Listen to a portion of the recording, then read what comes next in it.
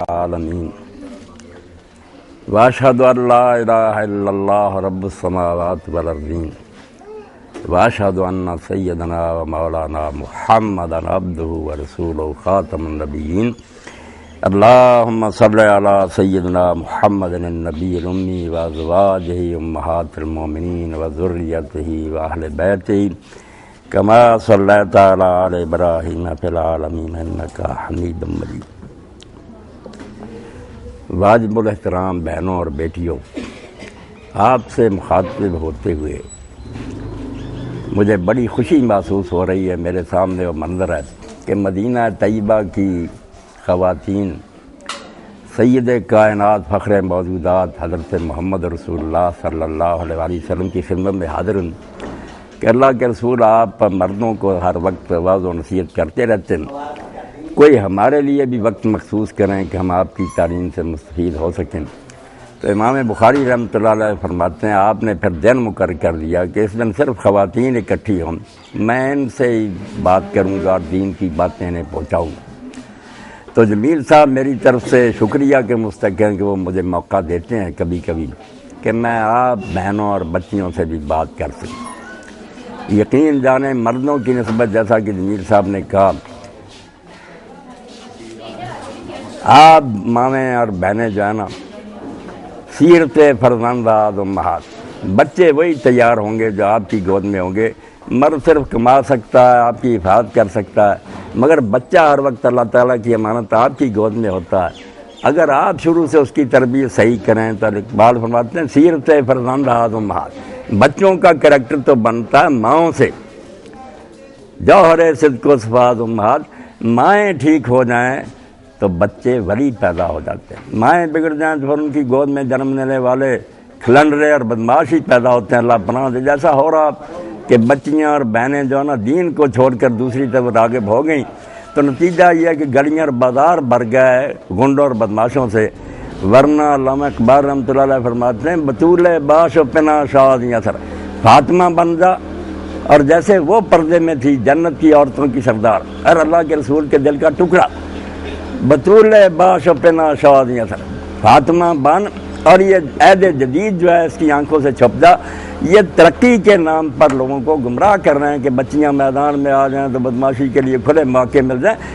فاطمہ بن کہ در آغوش شبیر بگیری، تاکہ تیری گود میں سیدنا حسین علیہ السلام جیسا بچہ پیدا ہو۔ اب آپ دیکھتی ہیں کہ فاطمہ رضی اللہ تعالیٰ عنہ ایک دن حضرت علی رضی اللہ تعالیٰ عنہ گھر میں آئے، اللہ کے رسول علیہ السلام نے مجلس میں کہا کہ کل میں سوال کا جواب چاہتا ہوں کہ عورت کا سب سے بہترین وصف کیا؟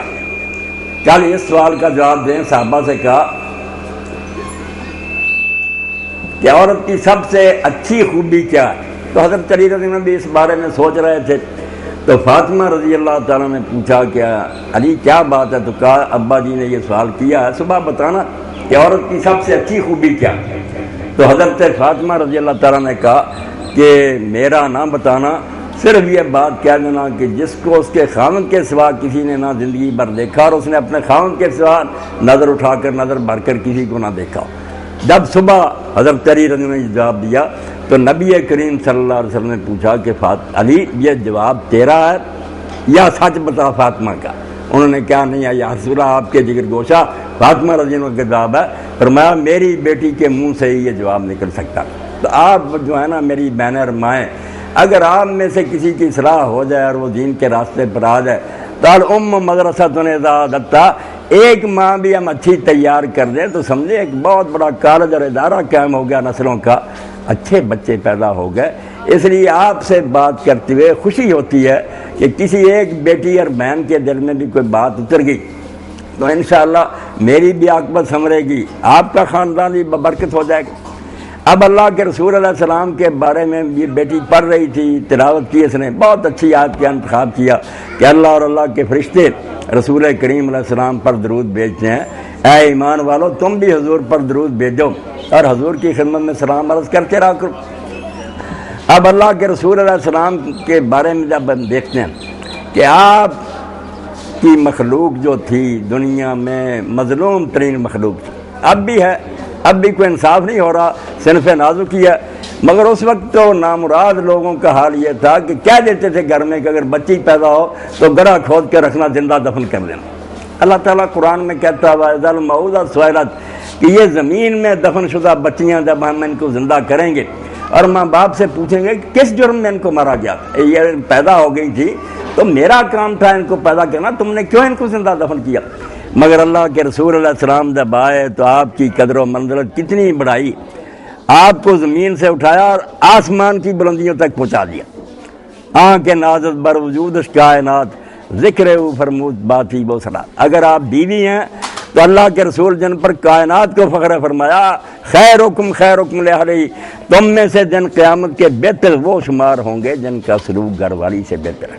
اور اگر ماں ہے تو فرمایا گفتہ مقصود ہے حرف کن زیر پائے امہات آمد جنا، ماں ہے تو کہہ دیا بیٹا اگر جنت چاہتے ہو تو ماں کے قدموں کے نیچے۔ جہم آئے یمن سے اور کہنے لگے حضور میں جہاد کے لیے جانا چاہتا ہوں، فرمایا ماں ہے، کہنے لگے ہاں، تو فرمایا جا کے ماں کی خدمت کر، جہاد سے افضل عمل۔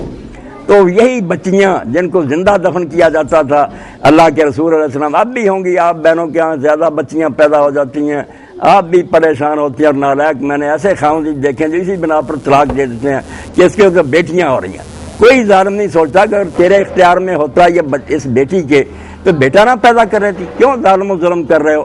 تو اللہ کے رسول علیہ السلام نے فرمایا جس کے گھر میں 3 بیٹیاں ہوں وہ اچھا سلوک کرے اور جوان ہونے کے بعد ان کی شادی کرے اور تربیت کرے، کننا سترا لہو من النار، دوزخ کی طرف سے اس ماں باپ کے لیے پردہ بن جائے گی، جہنم سے بچانے کی۔ تو لوگوں نے پوچھا اللہ کے رسول اگر کسی کی 2 ہی ہوں؟ تو فرمایا ہاں 2 بھی ہوں گے، اگر ان کو برا نہیں منایا وہ ماں باپ کو انشاءاللہ دوزخ میں جانے سے بچا لیں گی۔ تو اللہ کے رسول کے جو احسانات ہیں اس امت پر اور آپ پر، ہم اس کا حق نہیں ادا کرتے۔ اسی لیے اللہ تعالیٰ کہتا ہے رسول کریم علیہ السلام کی شان تو یہ ہے، ان کا مرتبہ یہ کہ اللہ اور اس کے فرشتے خود درود بھیجتے ہیں۔ اب اس سے بڑا مرتبہ کیا ہوگا کہ کائنات کا مالک اللہ کے رسول سے محبت کرتا ہے۔ ہم درود ترجمہ کر لیتے ہیں تو بات کوئی واضح نہیں ہوتی۔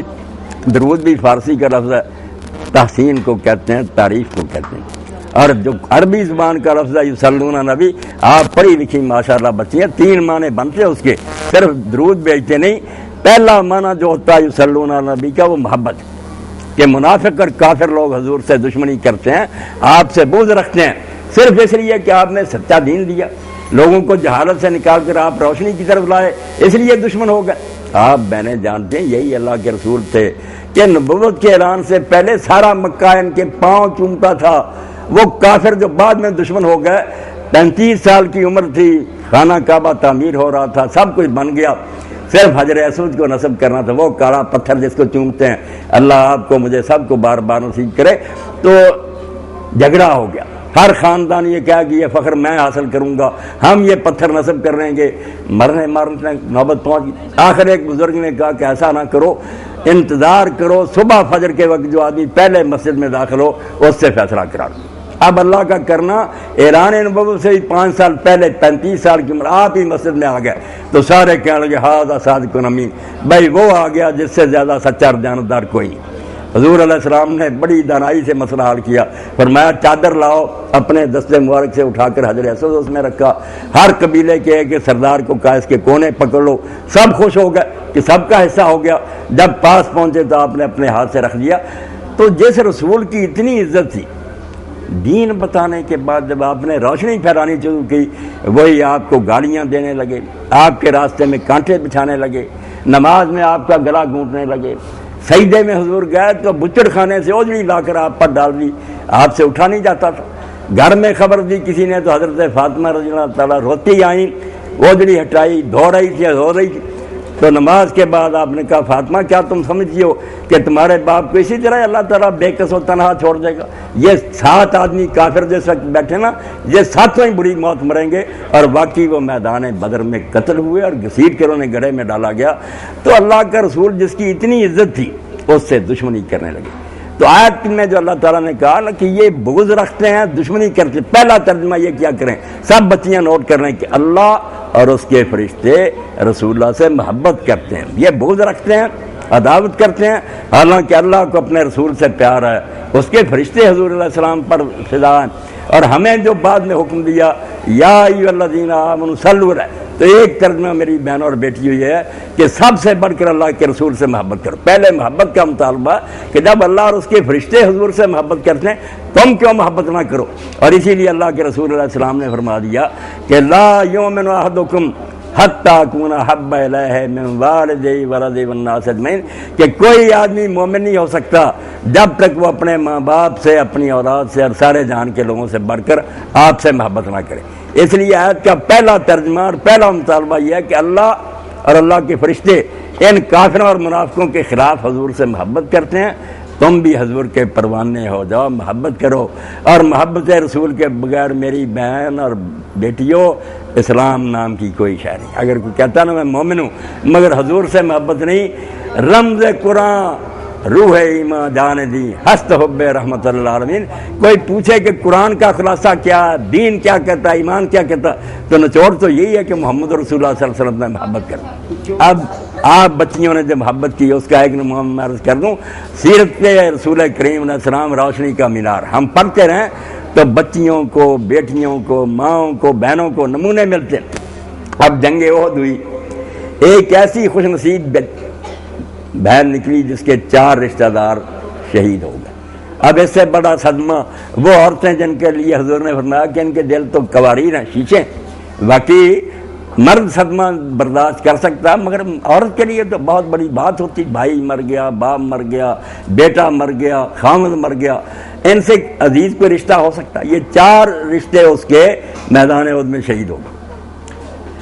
مدینہ منورہ میں خبر ہوئی کہ رسول کریم علیہ السلام کا سر مبارک بھی زخمی ہو گیا، آپ کے دندان مبارک بھی شہید ہوئے، 70 صحابہ شہید ہو گیا. تو عورتیں بھی نکلی خبر لینے کے لیے.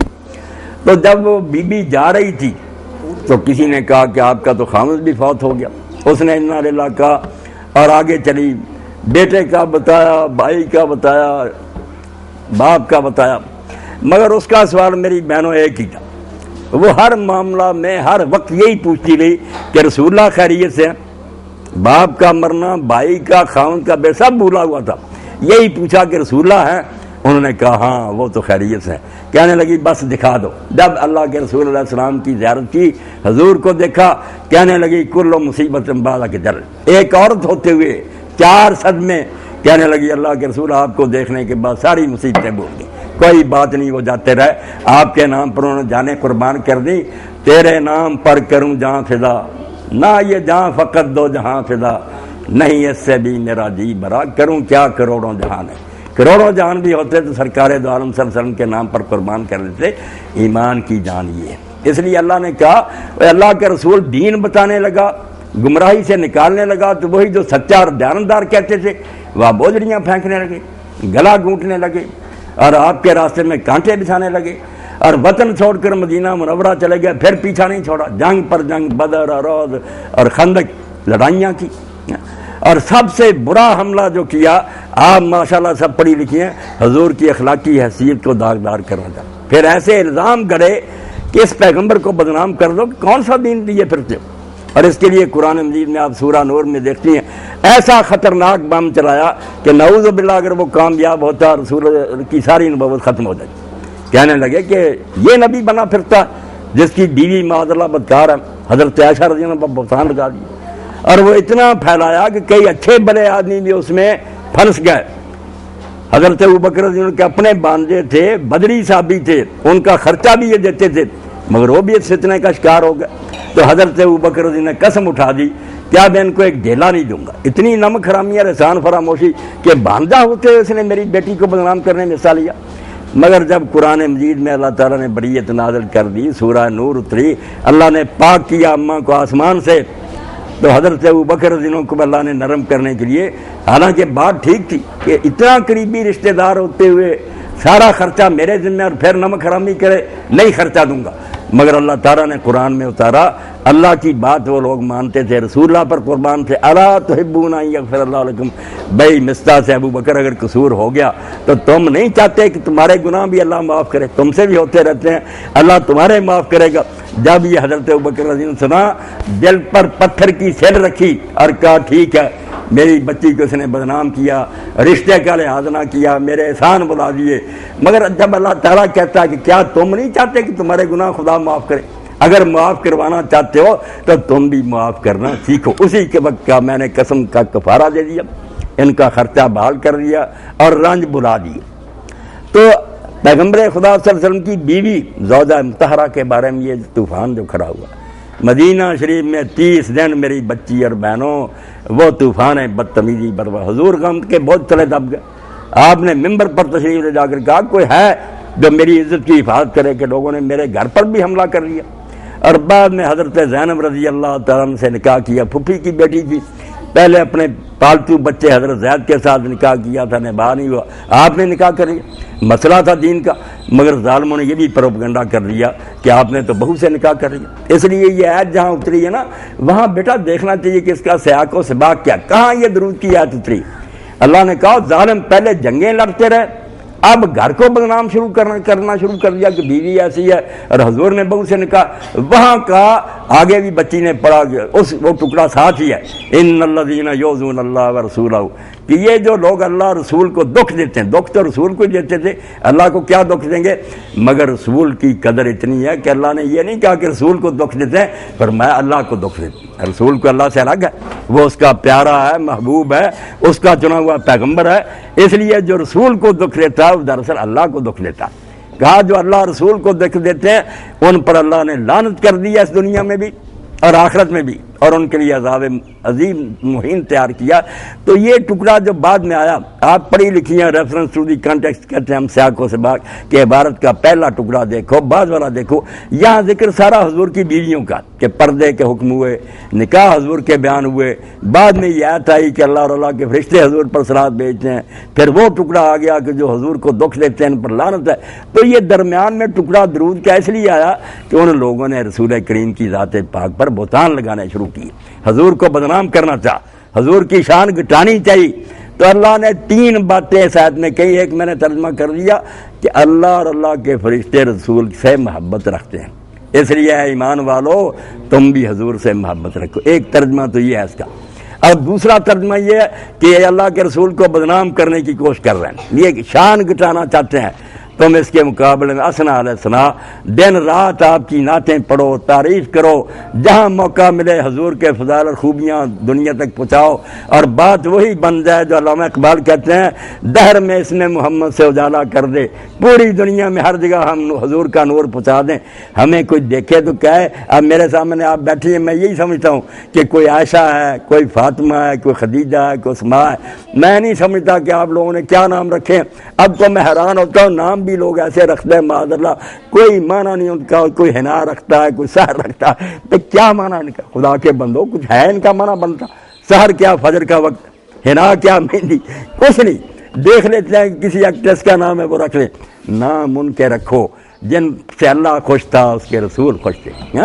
اسماء بنت یزید ہیں، اسماء کتنا پیارا نام، کئی صحابیات کا ہے، حضرت ابوبکر رضی اللہ عنہ کی بڑی بیٹی بھی اسماء ہے، حضرت عائشہ رضی اللہ عنہ 10 سال بڑی، مگر یہ اسماء بنت یزید اور عورتوں میں سے بڑی عاقلہ اور فاضلہ تھی، سمجھدار تھی، ہر عورت نہیں سوال کر سکتی، آئی اور اس نے کہا اللہ کے رسول میں عورتوں کی نمائندہ، مجھے عورتوں نے بھیجا ہے کہ ہماری طرف سے بھی جا کر حضور سے پوچھو۔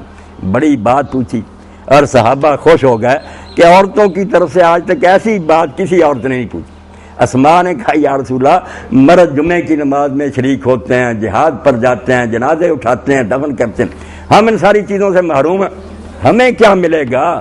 اللہ کے رسول علیہ السلام نے فرمایا جس عورت کا گھر کا کام کرتے ہوئے حال ہو جائے کہ اس کے منہ پر بھی رخساروں پر بھی میل جم جائے، اس کے ہاتھ میلے ہو جائیں، اپنے گھر کو سنبھال رہی، آپ نے فرمایا اسماء میری طرف سے جا کر عورتوں کو کہہ دے کہ وہ اس رشک اور حسد کا شکار نہ ہو کہ مرے یہ کام کرتے ہیں، گھر بیٹھی انہیں جہاد کا، جنازے پڑھنے کا، جمعے میں شریک ہونے کا سب کا ثواب اللہ تعالیٰ دے گا۔ عورتوں کا مرتبہ کم ہے، اور اسی لیے آپ دیکھ رہی ہیں کہ اللہ کے رسول نے کہیں نہیں فرمایا کہ جنت باپ کے قدموں کے نیچے، کوئی حدیث پاک نہیں ہے، آپ کا کہا کہ ماں کے قدموں کے نیچے نا۔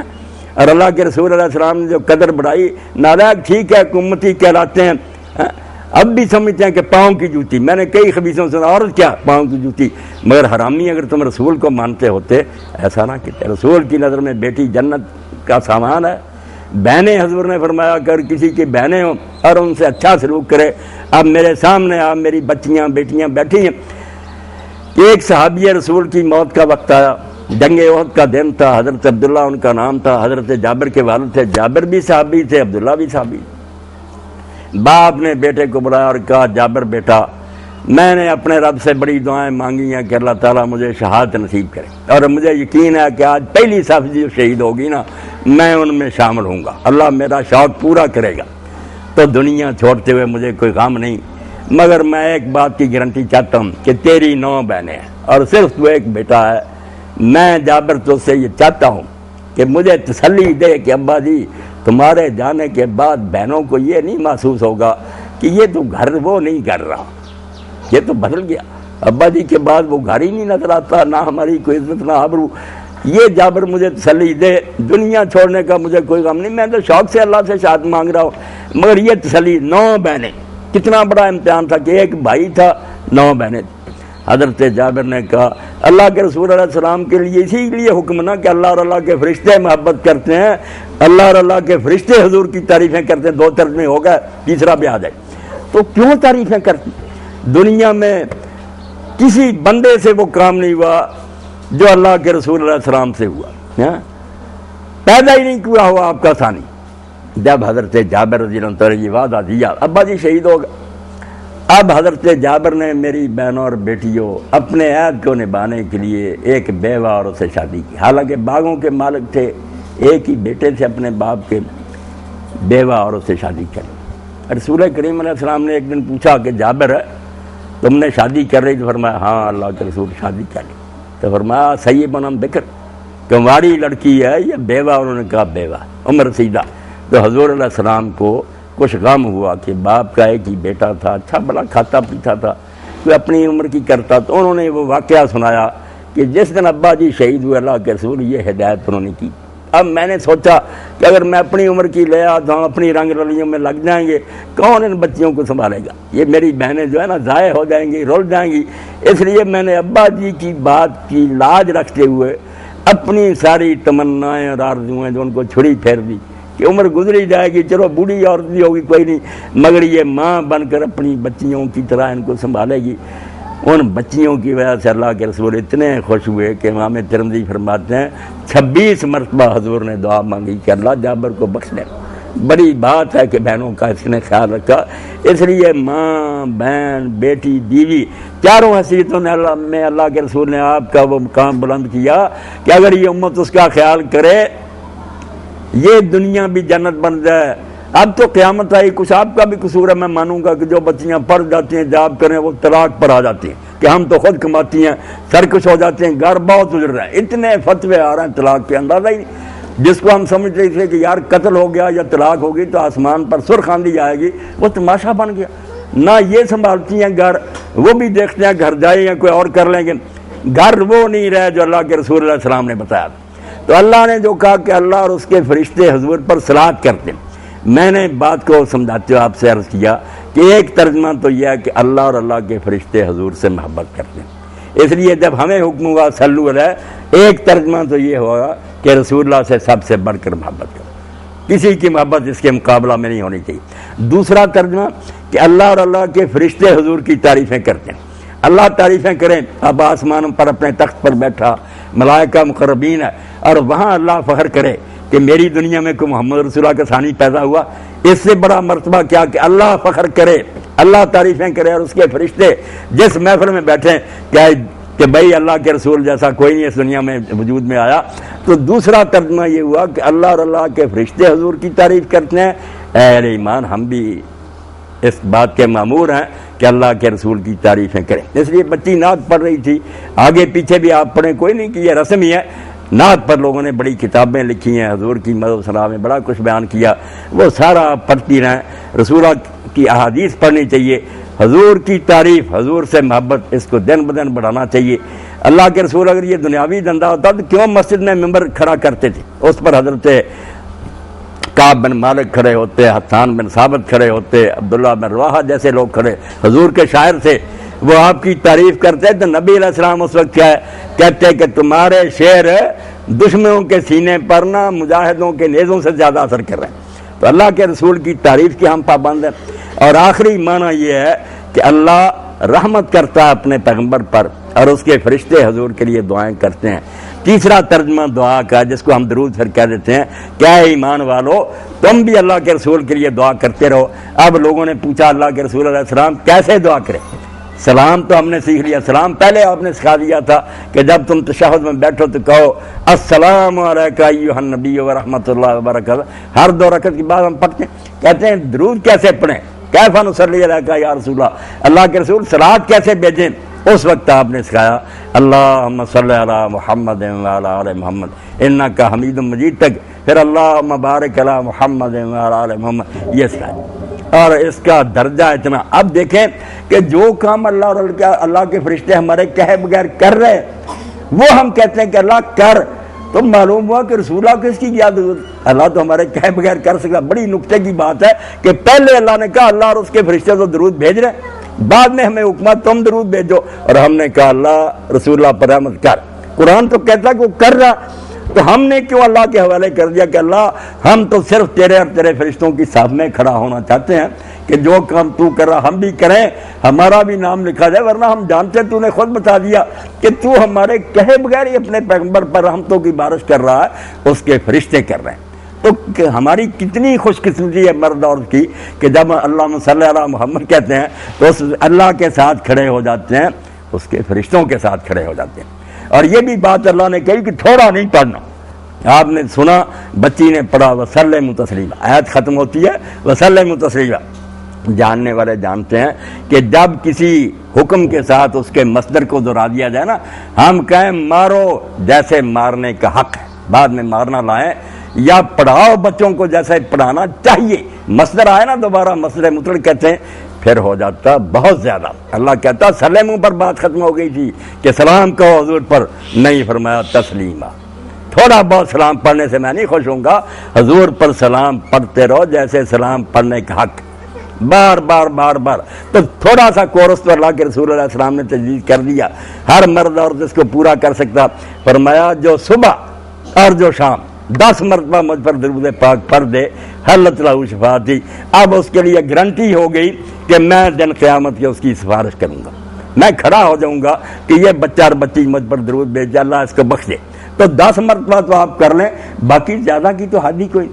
حضرت ابو طلحہ فرماتے ہیں ایک دن مسجد نبوی سے سید عالم صلی اللہ علیہ وسلم نکلے، میں بھی پیچھے ہو گیا، آپ چلتے چلتے ایک باغ میں چلے گئے، میں دروازے پر کھڑا ہو گیا، وہاں آپ نے نماز پڑھی اور اس نماز کا سجدہ اتنا لمبا کیا کہ ہم نے زندگی بھر اتنا لمبا سجدہ نہیں دیکھا۔ مجھے یہ خیال ہو گیا کہ آپ کی روح مبارک جو ہے نا وہ انتقال کر گئی، حضور آپ زندہ نہیں ہے، ورنہ اتنا لمبا سجدہ۔ مگر جب فارغ ہوئے اور آئے تو پوچھا یا رسول اللہ آپ نے کیا یہ سجدہ کیا، اتنا تو کبھی نہیں دیکھا۔ حضور نے فرمایا ابو طلحہ تجھے علم ہونا چاہیے کہ جبریل علیہ السلام میرے پاس آئے تھے، انہوں نے کہا اللہ کے رسول کیا تو اس بات پر خوش نہیں ہوتا کہ من صلی اللہ علیہ کا مرتبہ واحدہ، ایک مرتبہ کوئی تجھ پر درود بھیجے تو اللہ فرماتا صلی اللہ علیہ عشرہ مرات، میں 10 مرتبہ اس پر درود بھیجوں گا، اس بھیجنے والے پر۔ فائدہ ہمارا ہوا، حضور کا نہیں۔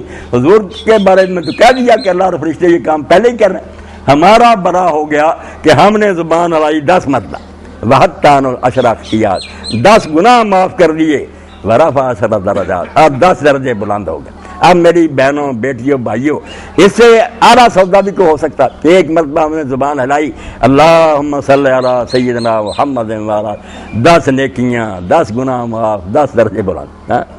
حضرت حسن حسین رضی اللہ فرماتے ہیں البخیل الذی ذکرت عنہ فلم یصلی علیہ، کہ اس امتی سے بڑھ کر کنجوس اور بدبخت کوئی نہیں جس کے سامنے کسی موقع پر حضور کا ذکر ہوا، نام لیا یا ویسے ہی آپ دیکھ رہے ہیں آپ پہ ذکر ہو رہا، فرمایا میری بات ہوتی رہی، کم بخت نے ایک مرتبہ بھی مجھ پر درود نہ بھیجا، اللہ نے کہا اس سے زیادہ بخیل اور کنجوس نے زبان ہی ہلانی تھی، تو بدنصیب یہ بھی نہ کر سکا۔ حالانکہ اللہ کے رسول کی احسان شناسی، آپ کی جو مہربانی ہم پر کہ ہم جانور ہوتے، اسی زمین میں وہ لوگ ہیں جو گائے کا پیشاب پیتے ہیں، بڑے بڑے پڑھے لکھے ہیں، وزیر اعظم تھا عیسائی، خود اپنا پیشاب پیتا تھا، بیوقوف لوگ ہیں۔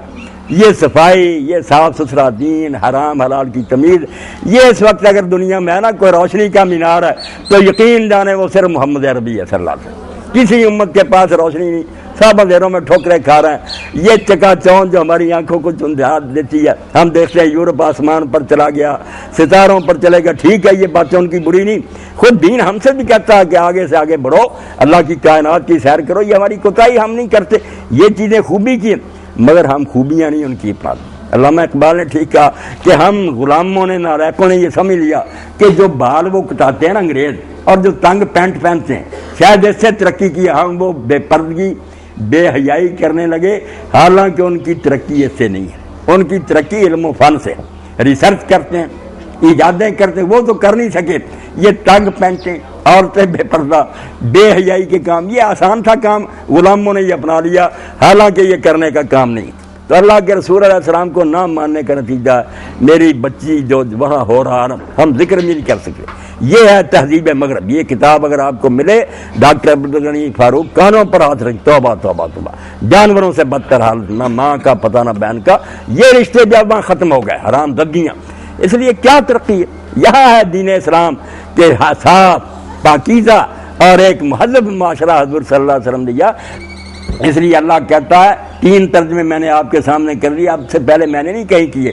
آپ کی محفل کی برکت ہے کہ عربی زبان کے مطابق صلاۃ کے آگے اللہ جب ہوتا ہے 3 معنی ہوتے ہیں. ان اللہ ملائکۃ یصلون علیہ, اللہ اور اللہ کے فرشتے حضور سے محبت کرتے ہیں, صلو علیہ, تم بھی محبت کرو. اللہ اور اللہ کے فرشتے حضور کی تعریفیں کرتے ہیں, آپ کا چرچا کرتے ہیں, تم بھی چرچا کرو. اور چرچا کرنے کے لیے صرف زبانی نعتیں نہیں, ہمیں چاہیے ایسی اکیڈمیاں بنائیں جہاں سیرت النبی پر کتابیں ہوں, دنیا کی ہر زبان میں, انگریزی, فرانسیسی, ڈچ, سب میں ہوں. ہم دنیا کو پہنچائیں کہ جس کے خلاف تم ہو گئے نا, جس کے خاکے نام مراد چھاپتے ہو, اس کے علاوہ ہر جگہ اندھیرا. روشنی کی طرف اگر آنا تو محمد مصطفیٰ صلی اللہ علیہ وسلم کے نام لیوا بنو. اس کے لیے اگر محنت ہو, بجائے جھنڈیاں لگانے کا تھوڑا بہت کھا پی لیا, کچھ سرمایہ اکٹھا کریں. امت کی کتنی بچیاں جو ہیں بغیر شادی کے بیٹھی, اگر آپ یہی جو ہے میلاد النبی کے موقع پر خرچ کرتی ہیں یہ سوچ کر کہ یہ بچیاں کسی کی نہیں, قرآن کو آپ پڑھتی ہیں, ازواج امہاتہم, آپ جتنی بیٹھی ہیں, میں بھی ہوں, سب مرد عورتیں ایک اپنے ماں باپ کے ہیں مگر وہ جسمانی ہیں. ایک قرآن کہتا ہے کہ رسول اللہ کی بیویاں ہماری مائیں, آپ کی بیویاں ہماری مائیں, تو رسول اللہ باپ ہوئے. اس لیے جو بچی ہے کسی جگہ, جو بیٹا ہے وہ اصل میں اللہ کے رسول کا بیٹا اور بیٹی ہے. غنچائی از شاخ سارے مصطفیٰ, علامہ اقبال فرماتے ہیں جو بھی بچہ بچی سن رہا ہے, بیٹا تم کلی ہو رسول اللہ کی شاخ کی, اپنے آپ کو پہچانو, تم عام آدمی نہیں ہو, حضور کے گنچا کی گنچے ہو. اس لیے گل شاد باز بہار مصطفیٰ, وہ کیریکٹر پیدا کرو کہ تم بچیوں کو دیکھے ہر کوئی کہے یار فاطمہ جا رہی ہے, جیسے رسول اللہ کی بچی تھی با پردہ, اس طرح کی بچی ہے. بیٹا ہو تو معلوم ہو کہ وہ اللہ کے رسول کے بچے اپنے تو نہیں رہے مگر نواسے حضور کو 2 دے دیجئے, جس کے بارے میں آپ نے سنا, ہمارا ریحانۃ آیا من الدنیا, دنیا کے باغ میں سے جو اللہ نے گلاب کے 2 پھول دیے نا, وہ حسن اور حسین. اللہ اکبر, کہاں پہنچے سیدہ شباب اہل جنہ, کہ جنت میں جتنے لوگ جائیں گے جوانوں کے سردار ہوں گے. اب لوگوں نے بچوں کو بھی دیکھا کہ حضور کو بیٹوں کا کیا سلوک کر رویہ تھا. میں ایک بات یہ آپ کی توجہ کے لیے بیان فرماؤں گا, ورنہ اللہ کے رسول کی سیرت جو ہے اس کا کوئی بحر نہ پیدا کنارہ, کہاں کنارہ.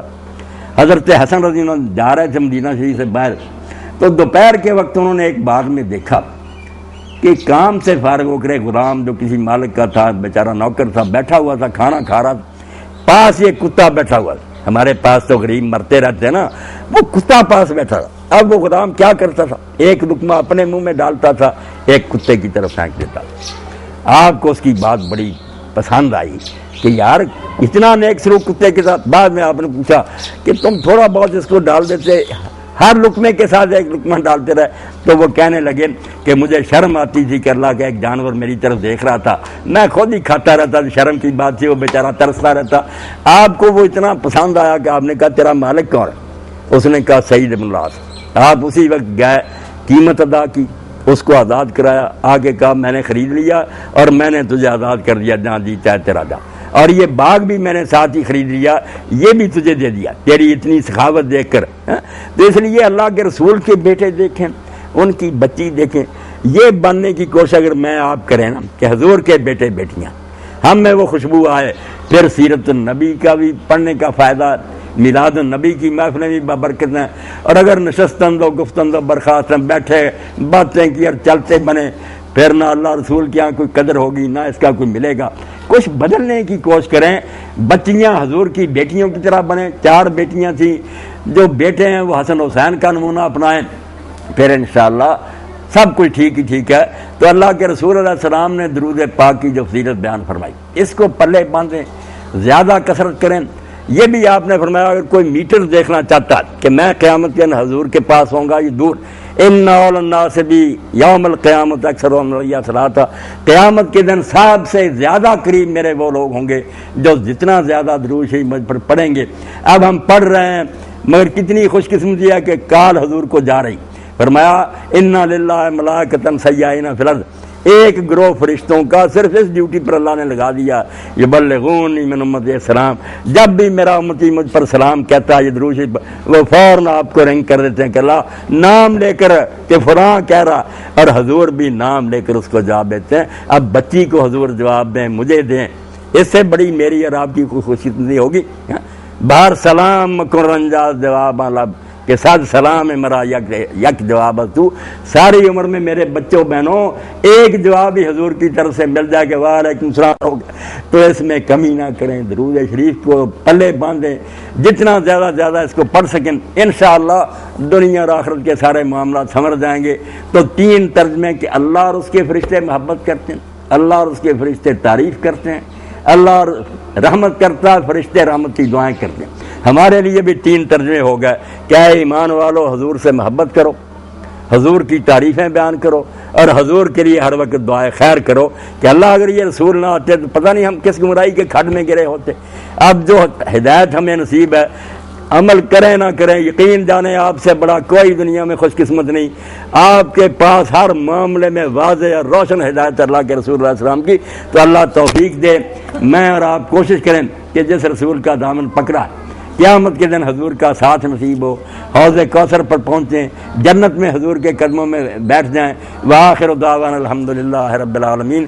اللہ میری سب بچیوں کو خیریت سے رکھے، خوشیاں دکھائے.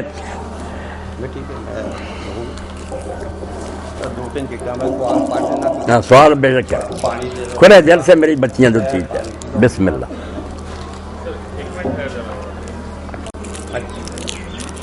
یہ 2-3 سوال آئے ہیں. کہ پہلا سوال ہے کہ آج مغرب گاہے بگاہے اسلام اور نبی صلی اللہ علیہ وسلم کی شان میں گستاخی کرتے رہتے ہیں. ایک عام آدمی کو اس کے رد عمل میں کیا کر سکتا ہے؟ ایک آدمی اس کے رد عمل میں کیا کر سکتا ہے؟ میری بہنوں ایک رد عمل تو ہے وقتی اور ہنگامی. لوگ جوش میں آ جاتے ہیں، جلوس نکالتے ہیں، پتلے جلاتے ہیں، برا برا کہتے ہیں، کچھ دن کے بعد ٹھنڈے ہو جاتے ہیں. وہ بھی ٹیسٹ کرتے رہتے ہیں کہ یہ کتنا ان میں غیرت کا مادہ.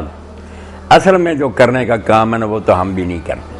کہ جو اللہ کے رسول نے ہمیں بتایا اس پر چلتے ہوتے تو کسی کافر کی کیا مجال تھی وہ حضور کی شان میں گستاخی کرتا.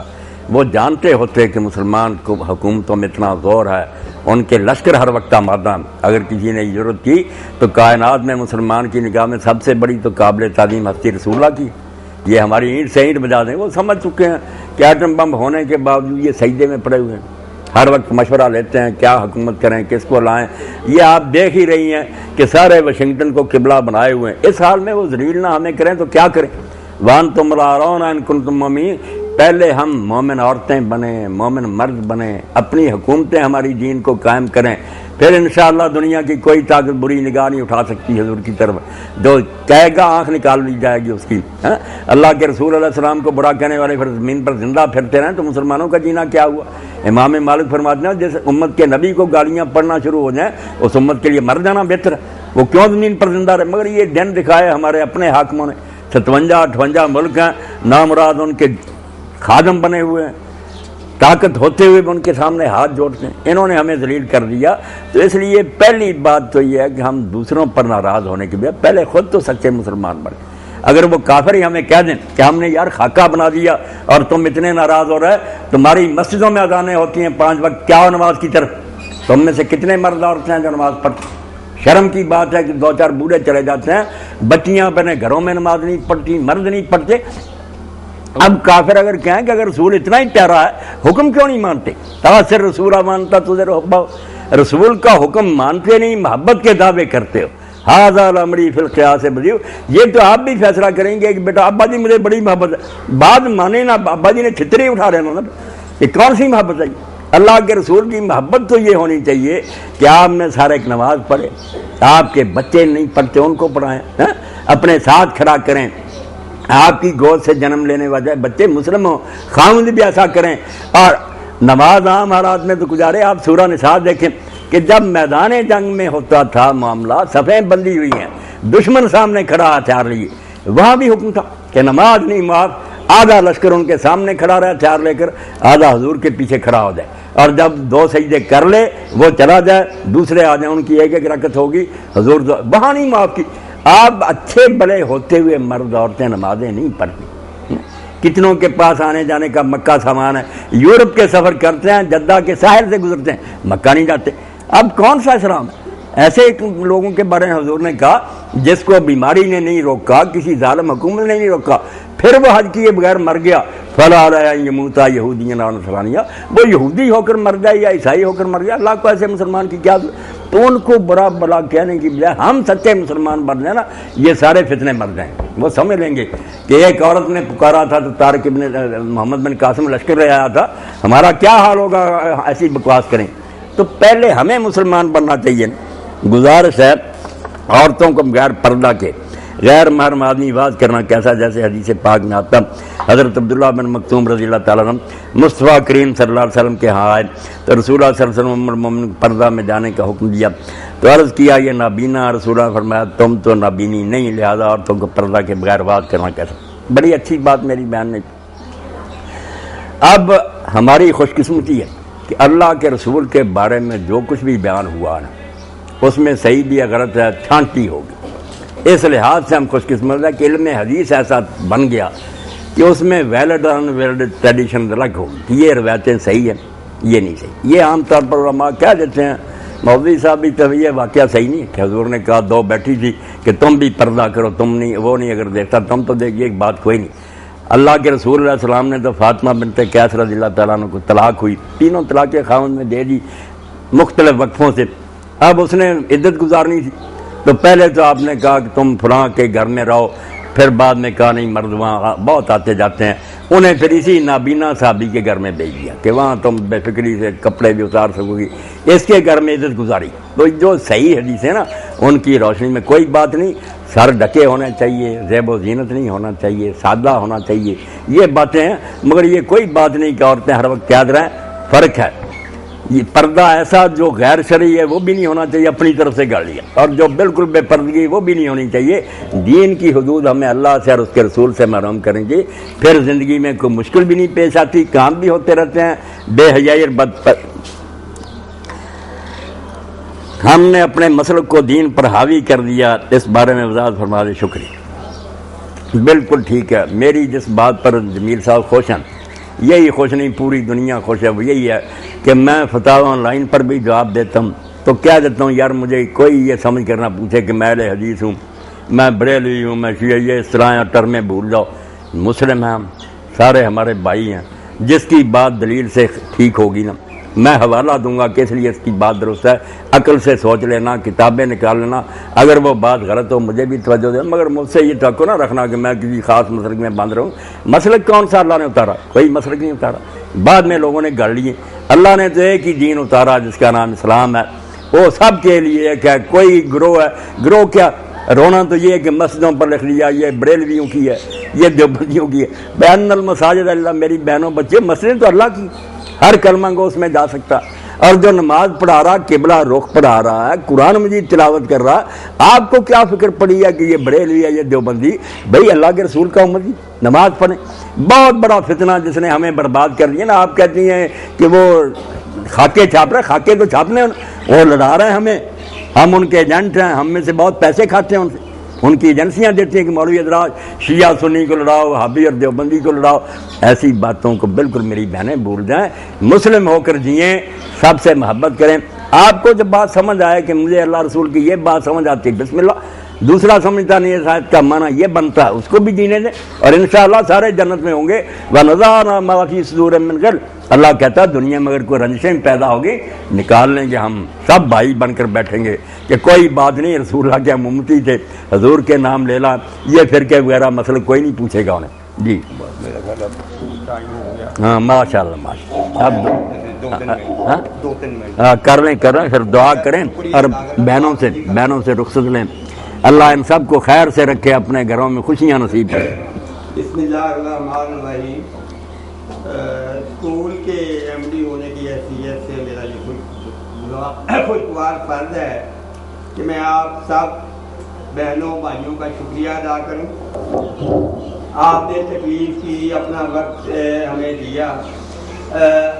ہم دعائیں کر سکتے ہیں کہ اللہ تعالیٰ آپ کو جزا دے۔ اور مزید شکریہ سے پہلے یہ صبح میں پڑھ رہا تھا علامہ اقبال کی نظم تھی اللہ الصمد کی تشریح، اس کے چند اشعار پیش کروں گا۔ اللہ الصمد اوپر ہیڈنگ تھا، فارسی کلام تھا، گھر میں اللہ الصمد دل بستائی۔ اگر آپ نے اللہ الصمد سے دل لگا لیا ہے، جوڑ لیا ہے، الحد اسباب بیرون رفتائی، تو آپ نے تمام اسباب جو ہیں ان سے باہر آ گئے ہیں، صرف اللہ پر کنارہ کیا ہے تکیہ۔ بندہ حق بندہ اسباب نیست، اللہ تعالیٰ کا بندہ اسباب کا بندہ نہیں ہے، اسے اسباب کی ضرورت نہیں ہے، بے وسیلہ بھی لڑ سکتا ہے۔ زندگانی گردش دو لاب نیست، زندگی کوئی راحت کی گردش نہیں ہے۔ مسلم ہستی بے نیاز غیر شو، اگر آپ مسلمان ہیں تو غیر سے، اللہ تعالیٰ کے علاوہ جو ہم کرتے ہیں ان سے ہو جائیں۔ اہل عالم را سراپا خیر ہو، اور دنیا کے لیے نیکی کا درس دیں، نیکی کریں لوگوں سے۔ پیش منم شکوائے گردو مکن، امیر آدمی کے سامنے آسمان کا شکوہ مت کر کے اللہ تعالیٰ یہ ہمیں یہ ہوا دستے خیشت آسیں بیرو مکن، اپنا ہاتھ اپنی آسین سے آگے نہ کر، مطلب کسی کے آگے ہاتھ مت پھیلا، سوال مت کر۔ کیوں علی 10 سال بانانے شہید، حضرت علی کی طرح جو کی روٹی پر گزارا کر، گردنے مرب شکن خیبر بگیر، مرب کی گردن کو کاٹ اور خیبر پر قبضہ کر۔ منت اہل کرم بدن کرا، وہ عمرا کی احسان لینے کی ضرورت نہیں ہے۔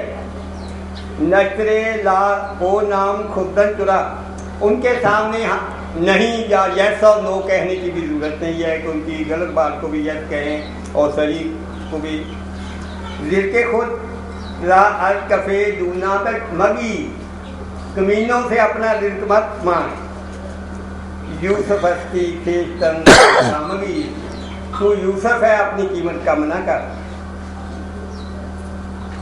گھر کے باشی مور ہو ہم بے بال و پر، اگر کیونکہ تم ہو اور بے بال و پر ہو مطلب بہت ہی غریب ہو، حاجتیں پیش سلیمان مفر، اللہ سلیمان کے سامنے پھر بھی اپنی حاجت پیش نہ کر وقت کے۔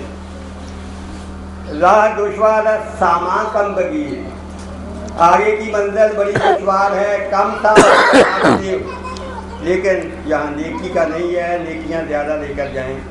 در جہاں آزادی ہے، در جہاں آزادی آزاد نہیں، اللہ دنیا میں آزاد ہے اور آزادی پر ہی مت۔ تاتوانی کیمیا شو، یہاں تک ہو سکے کیمیا ہو جا، مٹی نہ بن۔ در جہاں منم شو وسائل مشو، تو دینے والا بن، امیر بن اور منگتا نہ بن۔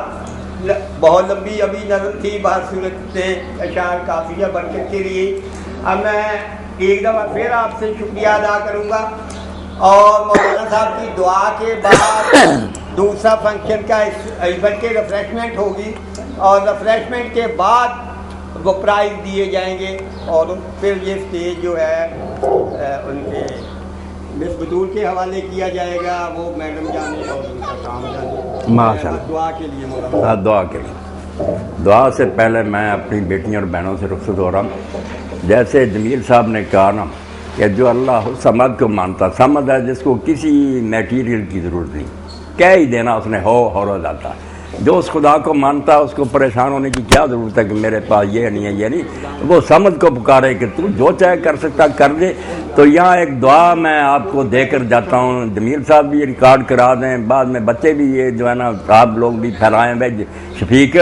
یہ دعا ہے جب حضرت سیدنا یوسف علیہ السلام قید میں چلے گئے تو بظاہر پڑھائی کی کوئی صورت نہیں تھی، تو جبریل علیہ السلام آئے۔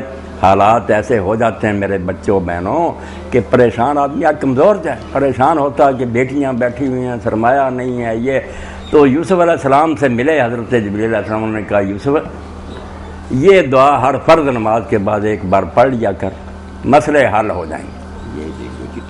ہاں یہ بھی میں کر دیتا ہوں، اللہم اجعل لی فرجا و مخرجا وارزقنی من حیث احتسب ومن حیث لا احتسب۔ یہ دو لفظی دعا ہے کہ اللہ میں جن حالات میں پھنسا ہوا ہوں، اللہم اجعل لی فرجا و مخرجا، اس سے نکلنے کی اور کشادگی کی کوئی راہ نکال، میرے مسئلے حل ہو جائیں۔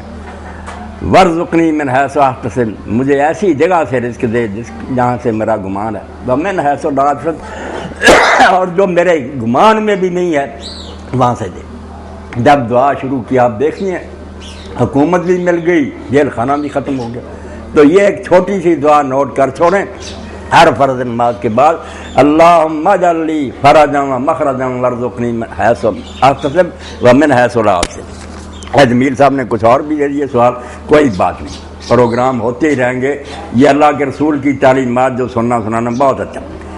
کچھ لوگ وضو کرنے کے بعد انگلی آسمان کی طرف اٹھا کر اشہد ان لا الہ الا اللہ پڑھتے ہیں، کیا یہ ٹھیک ہے کہ نہیں؟ وضاحت کریں۔ جیسے میں نے پہلے عرض کیا نا کہ جیسے ہر چیز میں 2 نمبر ہے نا، حدیثوں میں بھی ملاوٹ ہو گئی، یہ نہ سمجھیں کہ جب کوئی کہتا رسول اللہ نے فرمایا وہ صحیح ہوتا، بہت چیزیں اس میں ایسی مل گئیں جن کا ثبوت نہیں۔ تو باقاعدہ عالم شروع سے ہی تیار ہو گئے جنہوں نے بالکل جوہریوں کی طرح پرکھ دیا کہ یہ صحیح ہے غلط۔ تو یہ بھی ابو داؤد شریف کی روایت ہے، انگلی اٹھانے کا تو ذکر نہیں، انگلی تو لوگ خام خواہ اٹھانے لگے، یہ تو بالکل بناوٹی۔ آسمان کی طرف دیکھنے کا ذکر تھا کہ وضو کرنے کے بعد آسمان کی طرف دیکھے اور کلمہ پڑھے، اشہد ان لا الہ الا اللہ وحدہ لا شریک لہ واشہد ان محمد عبدہ رسولہ۔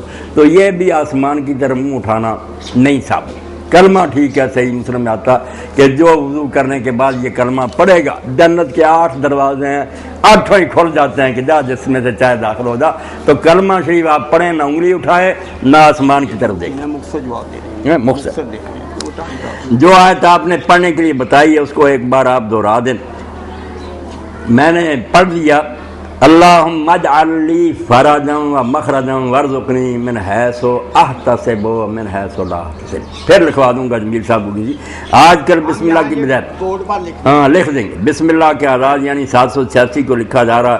بعض لوگ کہتے ہیں کہ یہ بدعت ہے، اسلام میں ایسا کوئی تصور نہیں، یہاں وہ بات مناسب ہے جو کسی نے امام احمد ابن حنبل رحمۃ اللہ علیہ سے کہی کہ ایک طرف تو کہ جب بھی حضور کا ذکر ہے درود شریف پڑھے، مگر کتابوں میں ہم دیکھتے ہیں کہ بڑے بڑے علماء لکھتے آتے ہیں، بس آپ کا نام لکھتے ہیں، درود شریف ساتھ نہیں لکھا ہوتا۔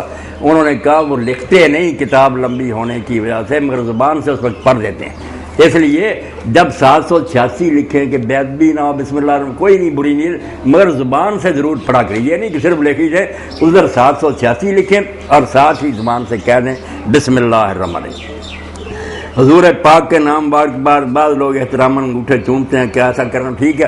اللہ کے رسول علیہ السلام ہمیں مل جاتے یا قیامت کے دن سامنے آ جائیں تو ہم آپ کے دست مبارک کو بوسہ دیں گے، بالکل خوش قسمتی ہوگی کہ حضور کا ہاتھ چومیں۔ آپ دیکھیں نا، آپ میرا ادب کرنا چاہیں اپنا ہاتھ چوم لیں، سوچیں بھی نا ذرا، یہ نہیں کہ چلتا تھا میرے اور آپ کے ہاتھ حضور کے ہاتھ ہیں کہ ہم ان کو چومتے ہیں۔ کوئی حضور نے یہ بات نہیں فرمائی، نہ اس کی حدیث ہے، صرف ایک رواج ہے۔ لوگوں نے کہا آدم علیہ السلام نے چومے تھے، خضر علیہ السلام، سب جھوٹی باتیں۔ چوم میں انگوٹھے اکھیں ترنا بدعت صاحب بتایا۔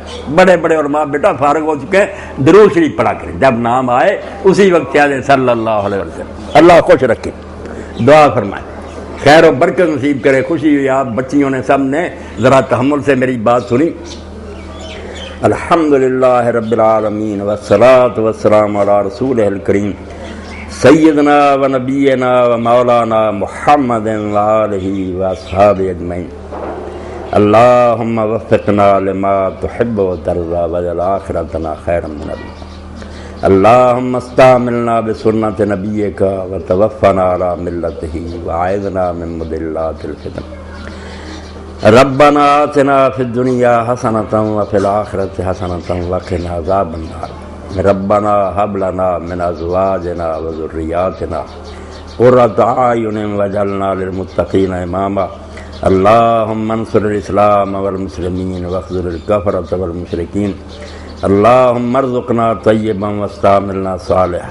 وصلی اللہ تعالی علی عبد اللہ ورسولہ خاتم النبیین سیدنا و نبینا و مولانا محمد و آلہ و اصحابہ اجمعین. آمین یا رب العالمین. السلام علیکم ورحمۃ اللہ. خیر نہ رکھے میری بہنوں.